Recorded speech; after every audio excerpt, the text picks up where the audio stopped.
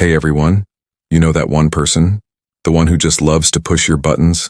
That coworker, that family member, maybe even a friend who just drains your energy? The one who always knows exactly what to say to make you see red? What is the ultimate comeback? What's the best revenge? Today, I'm giving you a secret that's thousands of years old, straight from the Stoics. The best revenge is to not be like your enemy. This is such a powerful lesson.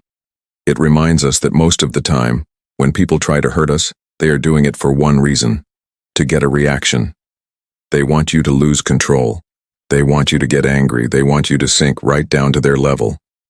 But what if you chose a smarter path? Think of a master martial artist. They don't just swing back wildly at every punch. They stay centered. They observe. They choose their response wisely. They know the fight isn't won by throwing the most punches, but by maintaining their balance and frustrating their opponent with their calm. This is exactly how it works in daily life. When someone attacks you and you give that attack zero importance, when you refuse to take the bait, the attacker is left standing there, completely confused. They realize all their effort was for nothing.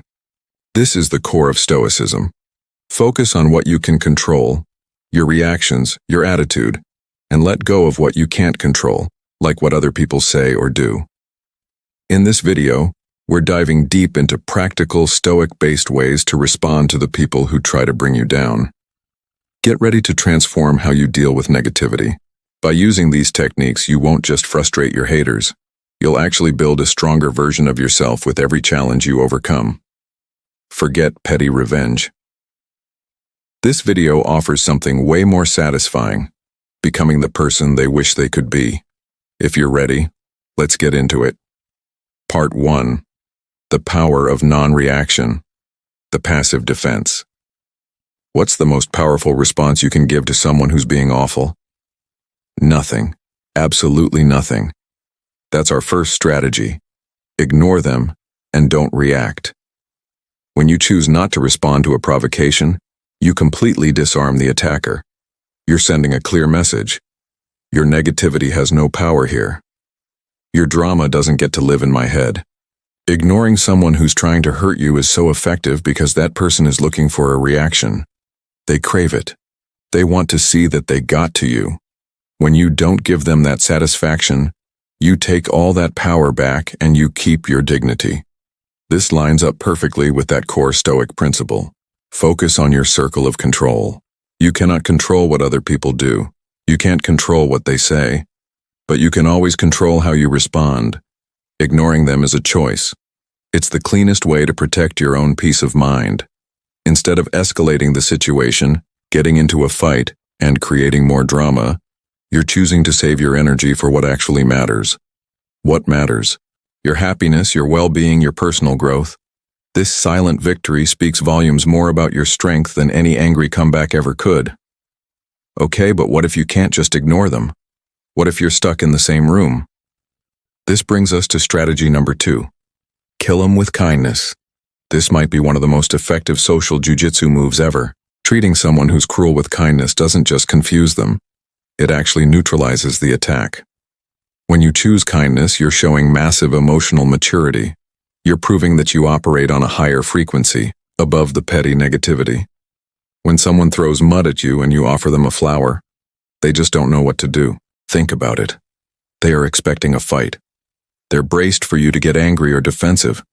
But when you respond with genuine kindness, you break that negative cycle. Honestly, this can sometimes even make the other person pause and reflect on their own behavior.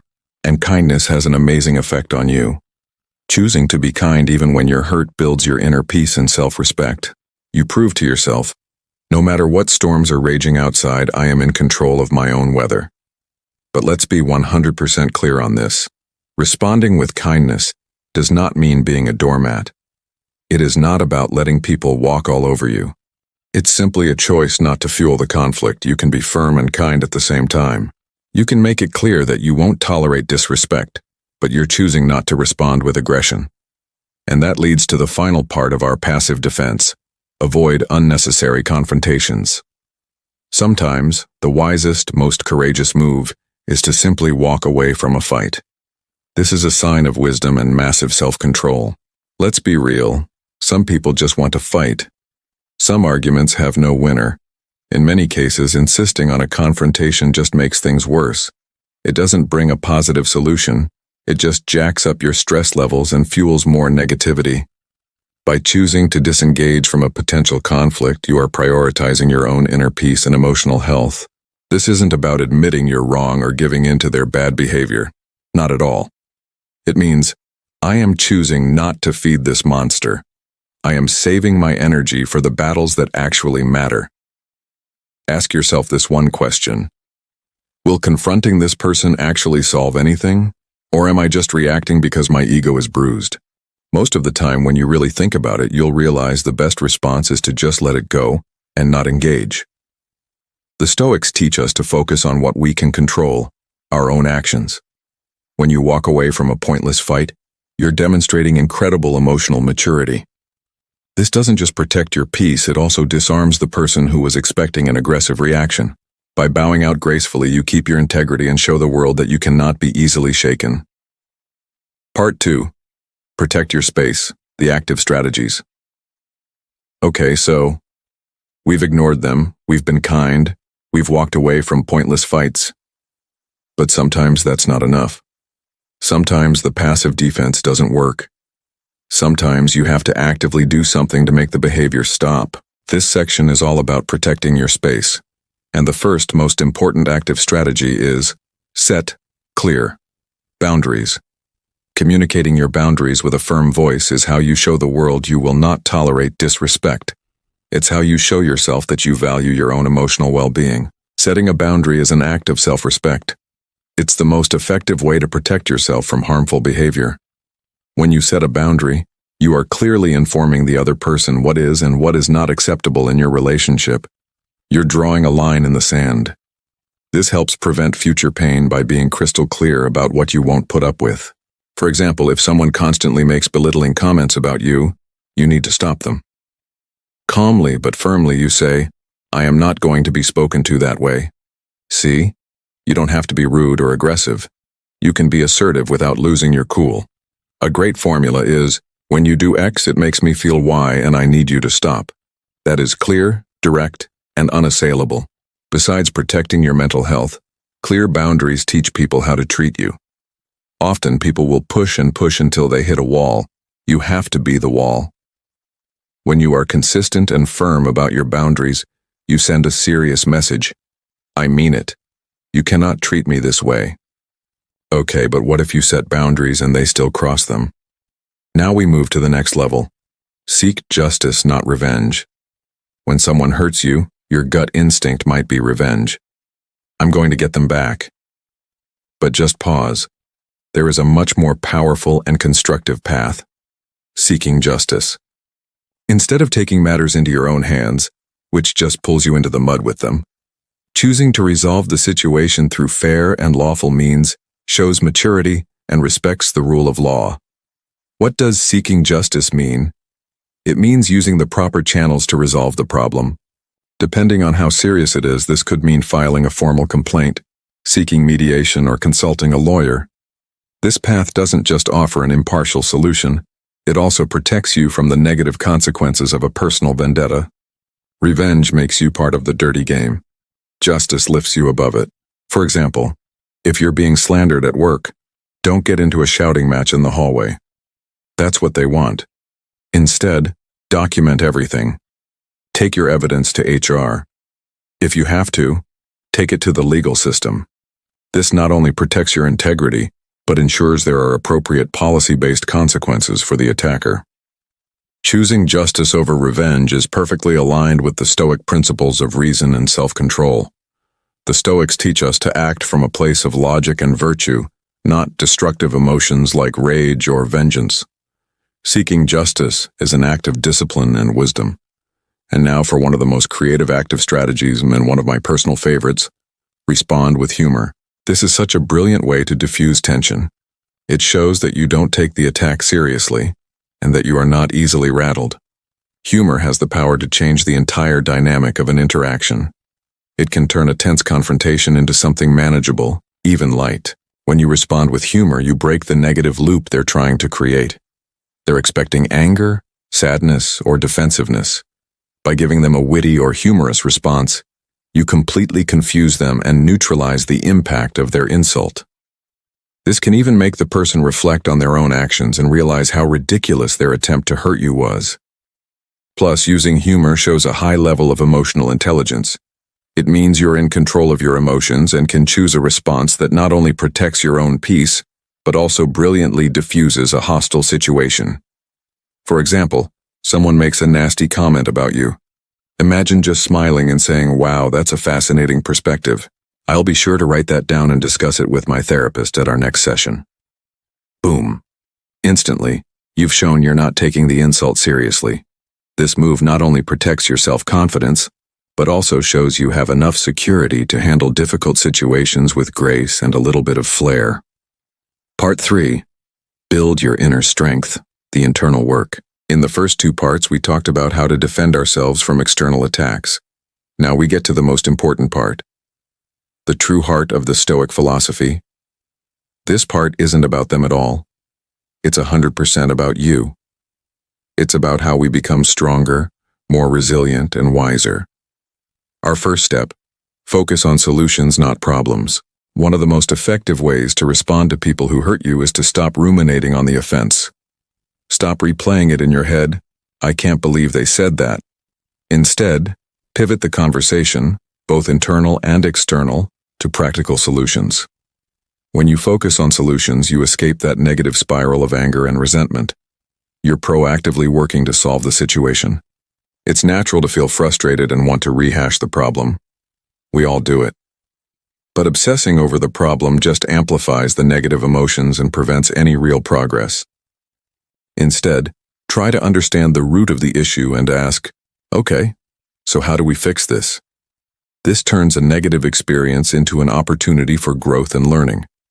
For example, a coworker made an aggressive comment.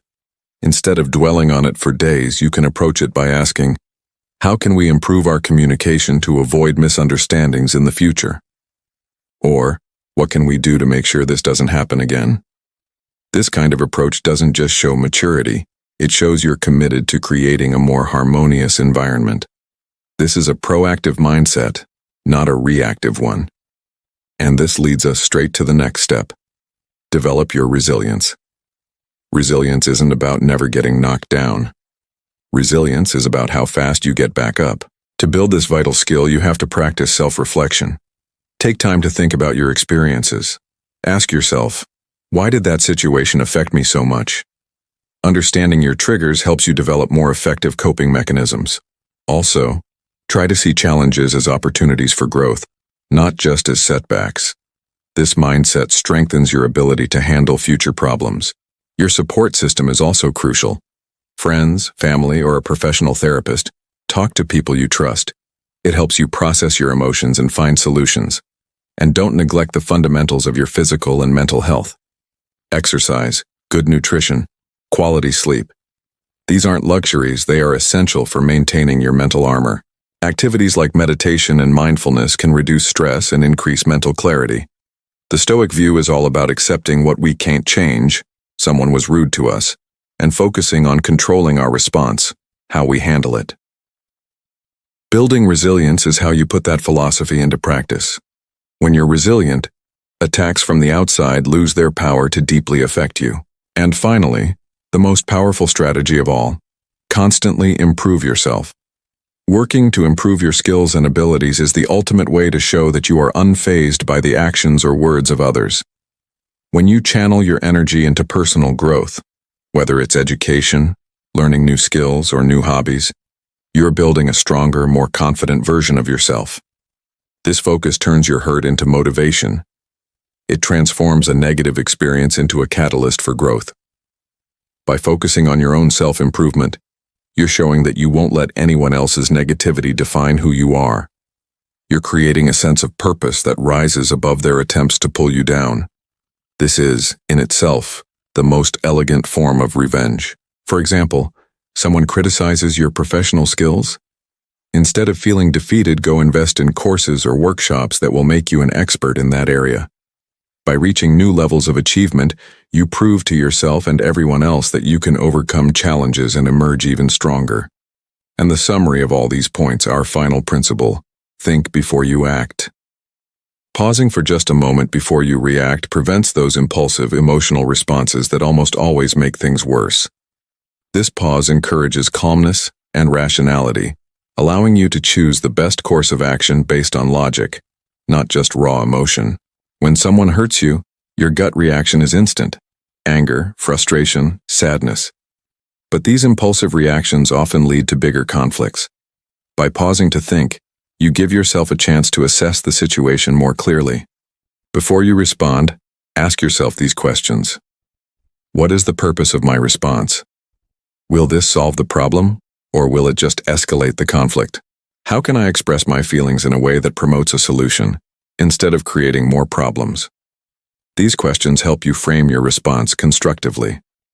The Stoics teach us the importance of maintaining tranquility and emotional control. Thinking before you decide is how you practice that philosophy. It's how you take your power back, preventing your in-the-moment emotions from running the show. And that's a wrap for this one, everyone. I truly hope these Stoic strategies and principles help you navigate difficult situations and difficult people. Remember, the greatest power isn't in controlling others, it's in mastering yourself. So what about you? How do you deal with these kinds of situations? What are your go-to strategies? Drop a comment down below. I read them all, and I'd love to learn from you too. Thanks so much for watching. Please remember to subscribe, like, and share with your loved ones. I'll see you in the next video. Take care.